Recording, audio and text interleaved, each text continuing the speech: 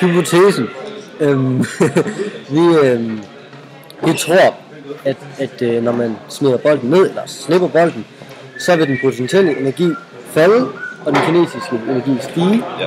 Og hvad vil den mekaniske energi? Den mekaniske energi vil altid være med den samme, fordi at den mekaniske energi jo er E kin plus E pot, så den sammenlagte energi.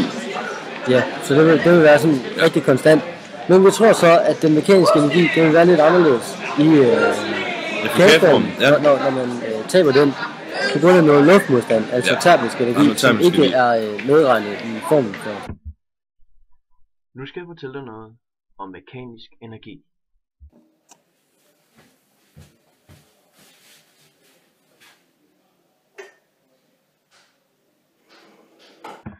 Stop en halv. Hvis vi ser bort fra skubbet, er koppen her fuldt ladet med potentiel energi og næsten ingen kinetisk.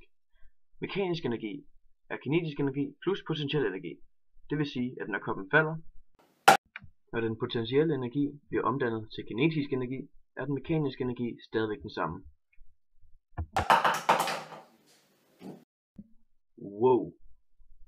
Lad mig illustrere. Hen af x-aksen har vi kinetisk energi, og op af y-aksen har vi potentiel energi. Stregen øverst er mekanisk energi, og den er jo der, fordi den er konstant. Stregen fra y-aksen til x-aksen viser også den energiomsætning, der finder sted, når koppen falder til jorden. Grunden til, at potentiel energi bliver overført til kinetisk energi på den her måde, er, at energimængden i universet altid er konstant. Det er en regel, og der er aldrig fundet nogen afvigelser. Det vi ser her er grafen for bolden.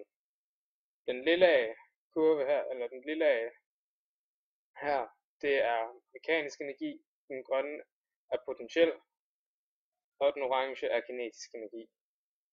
Som I kan se, så er den lille meget konstant, på grund af det er, som tidligere nævnt, sammenkobling af kinetisk og potentiel energi.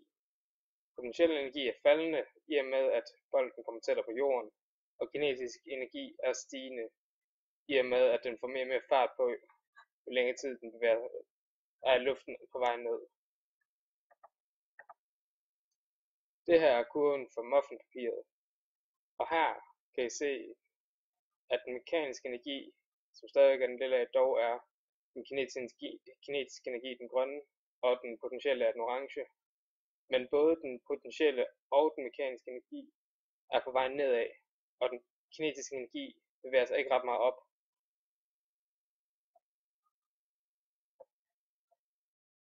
Vi kan konkludere, at vores forsøg gik som forventet. Ja, vi så, at da vi tabte kageformen, så blev det lidt anderledes, end da vi tabte bolden. Ja. Netop på grund af luftmodstand. Ja. Så det, ja, meget fint forsøg. Godt simpelthen. Til fejlkilder. Yes. Vi kunne have placeret målestokken lidt bedre. Vi stillede den op ad væggen, som var lidt skrå og sådan noget. På filmen. Ja. Og så på det her Logger-Pro, der bolden var for hurtigt til, hvad vores kamera kunne opfange. Så hvor de der prikker punkterne for boldens rejsen gennem luften, dem kunne vi have sat mere præcist, hvis vi kunne se bolden mere præcist. Det var sådan.